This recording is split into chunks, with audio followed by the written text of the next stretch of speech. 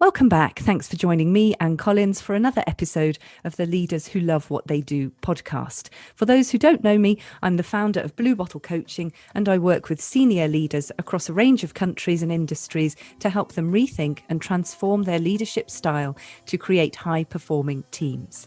In particular, I help senior leaders who are stepping into a new role to gain confidence and to be the leader they want to be. Today, I'd like to welcome Patrick Latham and Wesley Durston. As we're recording this, I'm looking out of the window onto 20 centimetres of snow and icicles, which is a world away from that of cricket, a very popular summer sport in the UK.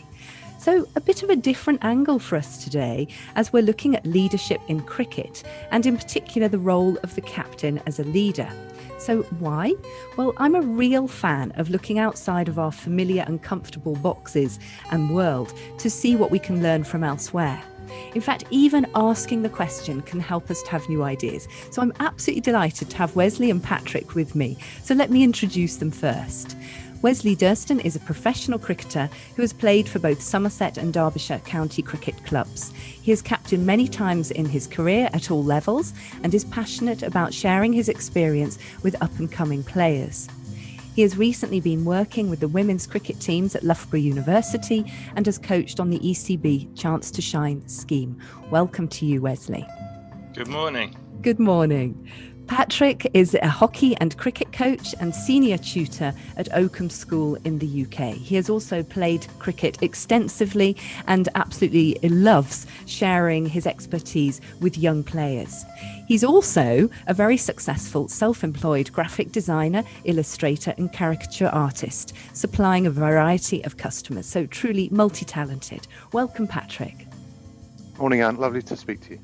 Thanks so much. Well, thanks so much to both of you. I'd just like to explain to our listeners that the two of you have been working together for some time, writing a series of books aimed at introducing young and aspirational cricket captains to cricket captaincy.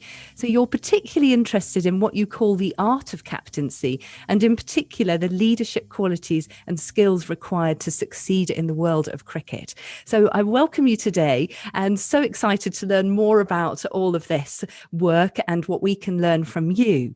So just to kick off, I really enjoyed reading your book entitled Cricket, a Leading Edge for Captains, even though I have to say my own experience of cricket is limited to teaching it as a primary school teacher extremely badly years ago, and Patrick might remember that. So my first question is to you, why did you decide to write this book? Perhaps I could ask Wes that, please. I never once thought in my career that I'd, write a book on anything, but certainly captaincy. But it made a lot of sense that we could bring together our own experiences and put them there for people to read. Around that time, I remember I was coaching in a game of cricket where the opposition coach was literally making all the changes through this game for the captain. He was umpiring in the game and moving fielders, changing the bowling, and really taking away that responsibility that one of their players could have had as captain. He was doing it all for them. And it made me think, how can we make this experience better? Is there a way that Patrick and I can make this experience better for our players and maybe others? And really, that's where the book came from, that we thought we could help other coaches by giving young captains a bit of a leg up, a bit of a head start, because captaincy is a tricky thing in cricket. It's probably the only sport where a good captain can make a big difference during the game. So these things take time, but we thought we could help give our advice or our experience within cricket to any young aspiring captain or leader, anyone who shows any interest in that side of the game. There's a lot in the book that obviously we feel that can really help young players and coaches alike. Just as a follow-up question, have you had any response from the children themselves who've read the books, or maybe their parents? I wonder whether you target their parents as well, who can help them with this.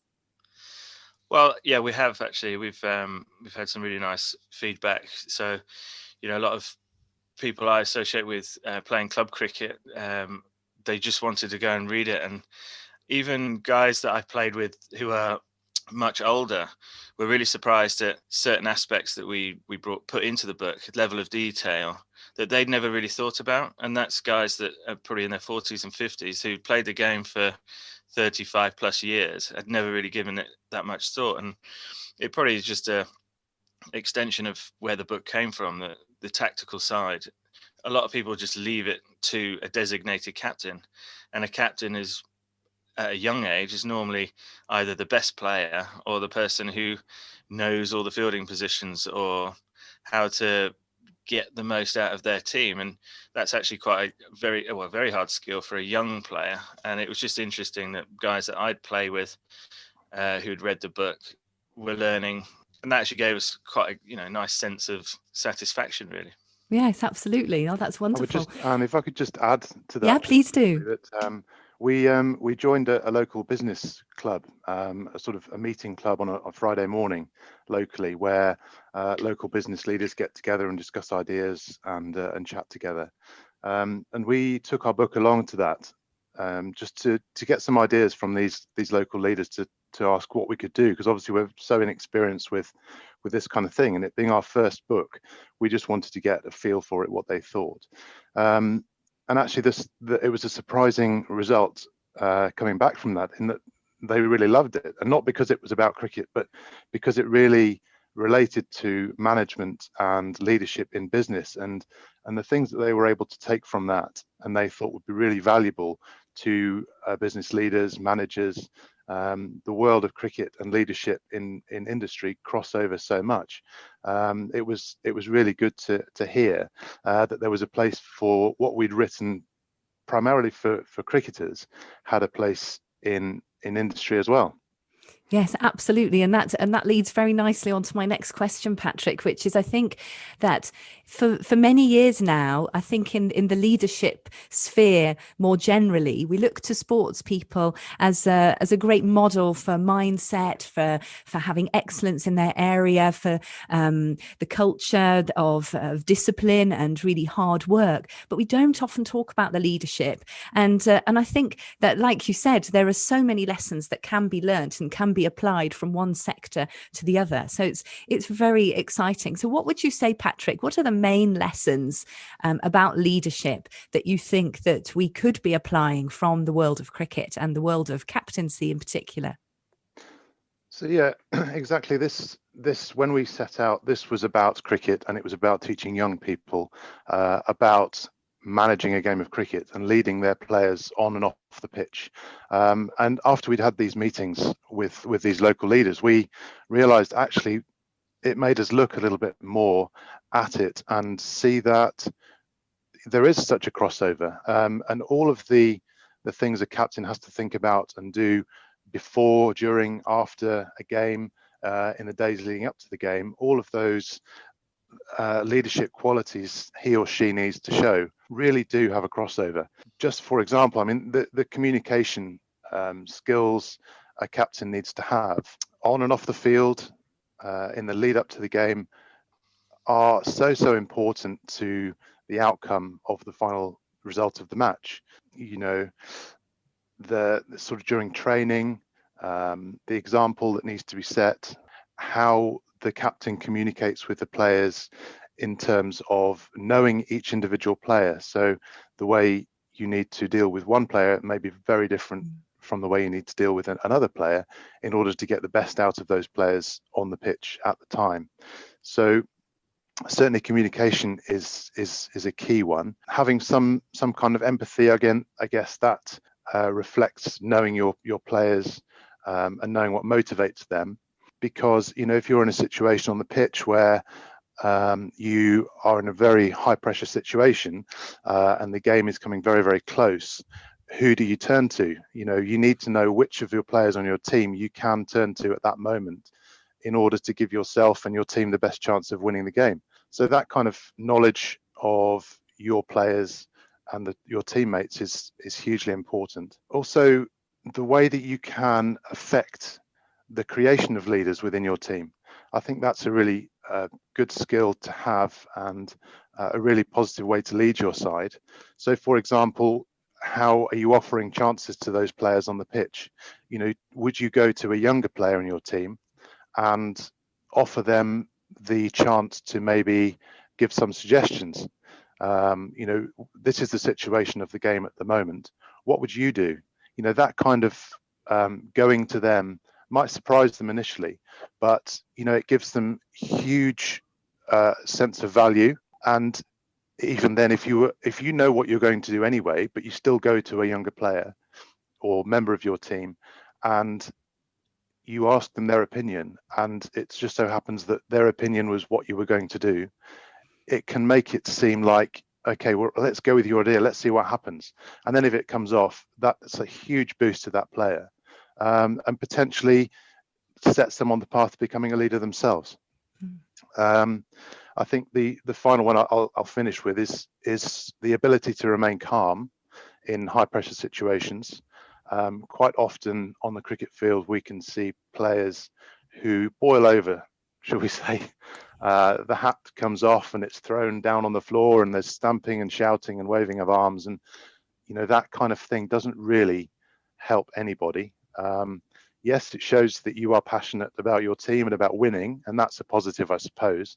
But there are other ways of going about it. I think if you can remain calm and have that ability to show your passion in other ways, and maybe even you can rant and shout and scream and wave your arms around, but there's a time and a place for that. And if you can get that right, then you'll get people to fall in behind you and follow your lead. Absolutely. And in fact, everything that you're saying, Patrick, is everything that we know about leadership, and that especially at this particular time as well, in lockdown, when things are difficult, many leaders are in fact leading in times of crisis. And exactly that, valuing every single member of your team, asking younger and more inexperienced members of the team their ideas, trying to get them ready for leadership. All of those things are absolutely vital. Yeah, absolutely. Leading on from that, one aspect that I think is quite interesting in terms of sport generally is this idea of resilience. And I know that the both of you are very interested in that and what you call the mental game. Wes, can I ask you that? How do you develop resilience in your young players so that they don't throw off the hat and stamp around when things go wrong? Like Patrick said there about empowering young players to have that freedom of thought, to express themselves, it can be so beneficial to the individual and as a team. A player could have not batted very well or not bowled very well, yet the captain came to me and spoke to me and asked for my opinion, and it worked. That can be somebody's days or a week's cricket in a nutshell, really. So not everything is going to go to plan. We know that. But it's how players bounce back from those times where it hasn't gone well. Have they learned from a failing in the past? If they're put into the same position 7 days later or 7 weeks later, how are they going to respond to what had gone before? And I think as a coach, for me, that we know we can never replicate a match scenario within our practice, but we try and practice as hard as we can under pressure, so that it helps clear thinking in that sort of crisis moment. We practice as close as we can to the match specifics, and I did this and I did that and it worked, and I can then call upon that for when it's tight, we need 4 to win off 1 ball, or we need 1 wicket in the last over to win a game. How did I respond? And I can think clearly. You've got so much time to think about it. It's unique in that respect, I think. And also, I haven't mentioned loss of form or bad run of luck. Sport, and certainly cricket, can have that effect. As a batter in cricket, you get 1 chance some days, and that's the end of your day. That's the end of your match, and that can be hugely frustrating. But it's how you can justify that experience so that you come back stronger. And I think that's a huge part of cricket, especially for a younger player. How, as a coach, we keep that player going, even though you can see that they're really struggling or things haven't gone exactly as they want them to on any given day.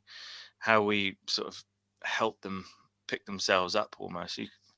You want to be able to do it for them, and you want to be able to heal them straight away, but it's basically they've got to understand that is part of the game, and are they going to put the extra effort in ready for the next performance. And I think what you're saying is it is very interesting on another level, because you've mentioned twice there the role of the coach, but also the role of other people around in giving support. And I think one of the problems we have in leadership, the literature around resilience, it's very much down to the individual person to do it all on their own. And I think what's great about what you're saying about in cricket, that it is really teamwork. When something goes wrong, somebody has a bad day, the coach is coming in, the other people from the team are coming in. So it's also not just on the shoulders of that one player, if I've understood correctly. Yeah, that's right. I mean, the coach plays an important role in it, and also players within that dressing room can really help to lift the morale of anybody in that team. A couple of well chosen words or sentences to someone who's got their head down really can help lift them for the rest of the day, because if you fail with the bat, you've still got the chance with the ball or in the field later in the game. So lifting and keeping players morale at a high level is very important. But like you said, it does come down to the individual and how they perceive what's gone on and how they see themselves moving forward, and can they lift themselves in those times of adversity. And Patrick, do you have anything to add on that? Because I know that you're more of a bowler, so that it's a little bit different when we're talking about resilience. Yeah, so I mean, Wes mentioned there that as a batsman, you generally get one chance. You've got one chance to bat. If you're out, you're out. That's it. As a bowler, you've got slightly more of a say because you've got your 6 deliveries in your over. So if something doesn't go right on the first ball, you've got 5 more. You're not suddenly out of the game, where with the bat you can be, and that can be it for a couple of weeks potentially. I think the big thing is for me about developing resilience, it's creating those experiences for young players and enabling them to draw on those experiences in the future. So a massive part of my learning was done in the bar after the game, and I know that sounds not brilliant, but from a young age, when I went to watch my dad play, and everybody, we just went to the bar after the game, and all these players that my dad played with, I had access to, and they were very willing to talk about the game. So we used beer mats, we used those really horrible vinegar bottles, you used to get in the pub, those horrible sticky things, and salt cellars. And the players, these old players who knew everything about the game, would set out a field on the tabletop we were sitting around and talk about situations, and they would talk about things that they did. So it's not just creating the experiences on the pitch, but creating them off the pitch as well, and talking and listening. So that kind of thing is really important. And it also helps you understand the game, and understand that other players are fallible as well. And it's that old saying, isn't it? Some days you're the pigeon and some days you're the statue. And if you can understand that, and that not every day is going to be your day, but your day will come. And when you're the pigeon, someone else is the statue.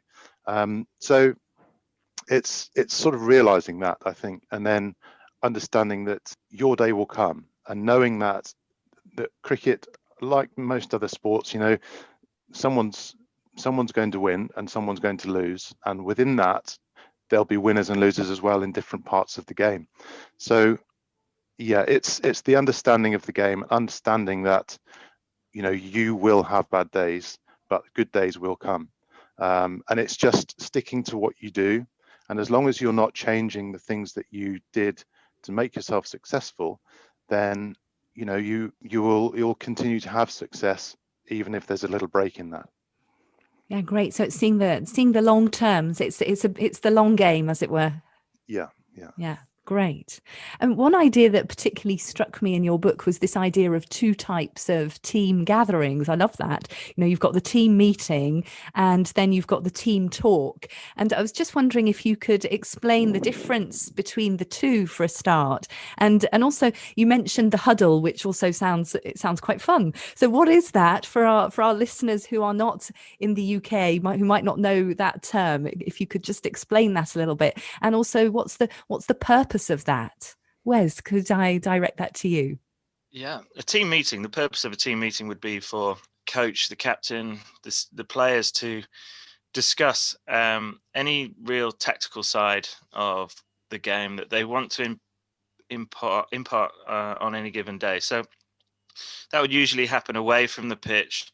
I think, obviously in the professional game, that would happen probably 24 hours before the game, and it's in a more relaxed setting. Everybody's around, and in the good teams, all voices would be welcome. We draw out that knowledge from everybody, and it's an open forum to discuss our own or team tactics, but also strengths and weaknesses of opponents. Now, it's not always as easy to say we can do it 24 hours before the game, but I think a good team meeting would happen away from the pitch without any distractions, and it's everybody in there together just discussing tactical side of the game, things that as a team they'd want to do all the time. And it does give that sense of togetherness. If it was around a round table, that would be perfect. So everyone can look at each other, hear each other. There's probably a flip chart in there, but it's just a good way of getting everybody together. Whereas a team talk would happen in a huddle, and a huddle is just generally the playing team, 11 guys or girls together in a huddle, and it's basically a switching on process. So it's the captain would usually have 2 or 3 things that they'd like to say to the team just before going out onto the field. And it's motivational, but I think the purpose more is just to switch on so that the team can be focused. There's not any worry about their kit bag or their drinks bottle. It's right, we're going out to play. This is what the captain wants to say, and we're going out as a team. And that's probably the subtle differences between a team meeting and a team talk in a huddle scenario. And so if we apply that to more general areas of leadership, I think what's very interesting about that is for me, it seems that team talk is such an important part for you. And I wonder whether in other areas of life, perhaps we miss out on the team talk bit. We're quite good on the strategy and objectives and goals with our teams. And then we maybe forget that last bit of motivation. Let's all come together, focus, concentrate, and now we're going to do it. Patrick, what do you think about that? Yeah, absolutely. So in what I do at the school I work at, as my role in the sports coach, we obviously see the children throughout the week for our game sessions, which I suppose to intents and purposes are like our team meetings. And then we get the chance to look back on the things that we did wrong, maybe, or did right in the match beforehand. And then we can practice those things to make sure we get them right for the following week. And then on the match day, we would do our warm up and get ready as normal. And then just before the whistle goes, everyone comes together, and then it's a few choice words. Send the players out onto the pitch with something they can take on there that they will remember and try to do. So it's not the massive detail you go through in the week. It's that final sort of icing on the cake. So the sort of metaphor that we try to use is that it's, if you imagine a cake, all the preparation, all the work is done in making the actual cake. That takes all the time, and then just making it look nice and putting the icing on is the huddle or the team talk before they go onto the pitch. So it's quite often easy to get drawn into the trap of thinking too hard about it, trying to think that your words in your huddle need to be inspirational and they've got to be remembered for years and years, but often the best ones can be so simple. And when we come back to coaching cricket, the sort of mantra "keep it simple" is often the best one. So in those huddles just before you go off into your battle, I suppose, or you go off into what you're going to do in leadership, if you're getting your team together before the start of taking on a project or embarking on a day's work or whatever, and you want to feel like you need to get everyone together, often it's just going to be the most simple few words which are going to have the most effect. I love that. Yeah, brilliant. So, and in fact, like you said, all the hard work is done before, isn't it? In the days preceding, and that's where the solid work is. But then you're kind of adding the magic happens just at that in that team You hope, huddle. anyway. Yeah. Well, that's it. That's where we put the money, as it were. Great. So we're coming to our final question. The time has gone so quickly. What are your top tips for other leaders? You're both allowed one each. Patrick, would you like to start? I would say that you must believe and trust in yourself. To have belief and trust in yourself is going to take you a long way.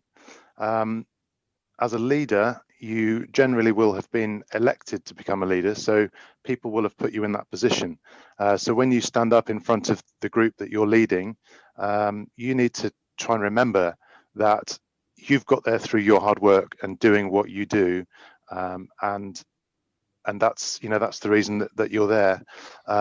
It's quite often easy if you are in front of famous people or very successful people to start doubting yourself, but they will be looking to you, and they'll be looking to you with respect, and hopefully much of the time they're going to give you a chance and believe in what you say. So I think that the tip is just basically to believe in what you've done in order to get yourself to that position. Don't start changing what you do because you've got there, because you think, oh, now I'm a leader, I must start behaving in a different way.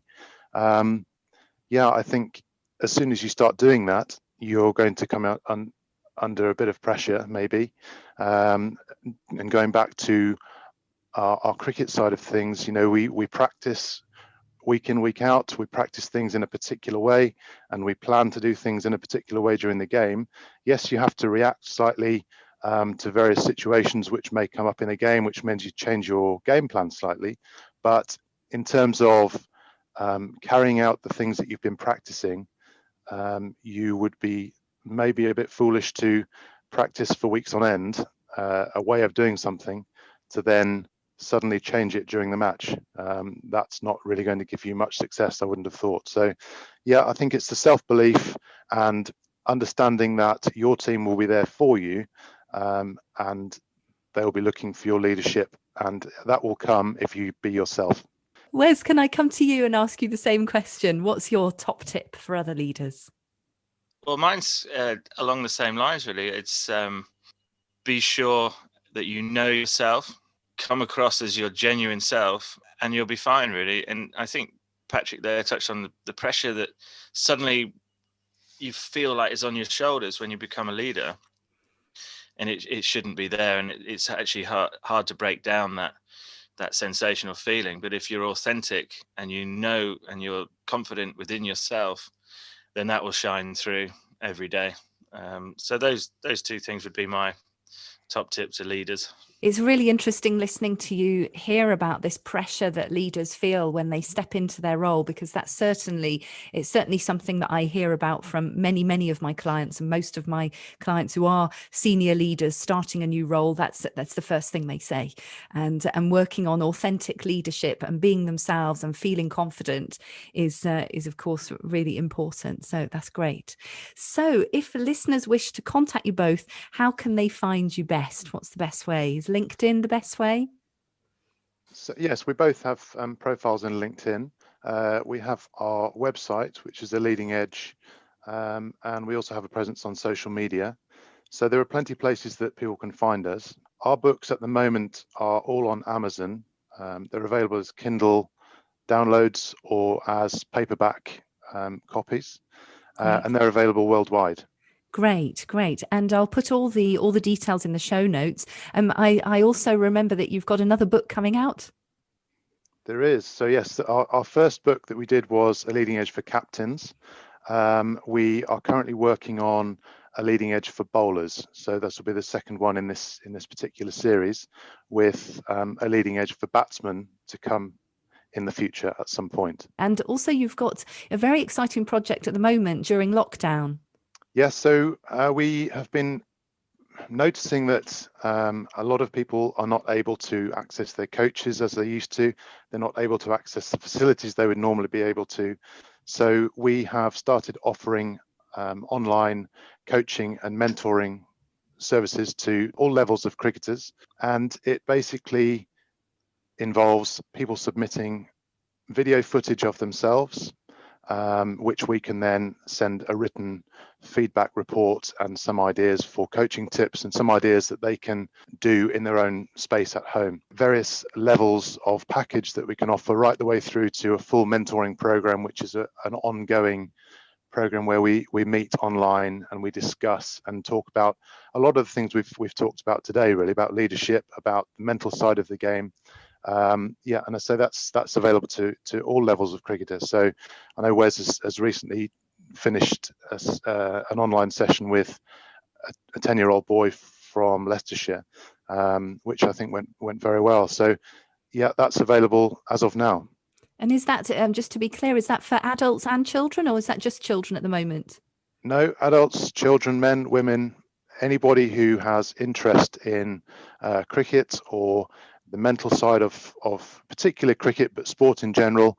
We're both available to discuss that through our programs. Oh, fantastic. Fantastic. Well, thank you both so much for joining us today. It's been absolutely fabulous to hear about leadership in cricket and sports generally. I think it's an area that is often overlooked when we talk about leadership, and it's great to be finally starting that discussion. So thank you both very, very much. I've so enjoyed having you here.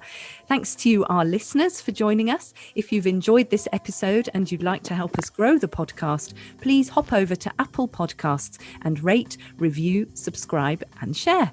If you're a senior leader looking to progress in your career and transform what you do, join the Love to Lead community. For more details, go to today's show notes. We also have a fantastic masterclass coming up called Leading with Courage, which actually covers many of the things we've discussed today. So do check that out. That's at the beginning of February. It's a free 5-day masterclass and you are very welcome to come. So this is Anne Collins. Thank you so much for joining us and for listening, and do join me again soon to meet another inspiring leader who loves what they do. Goodbye.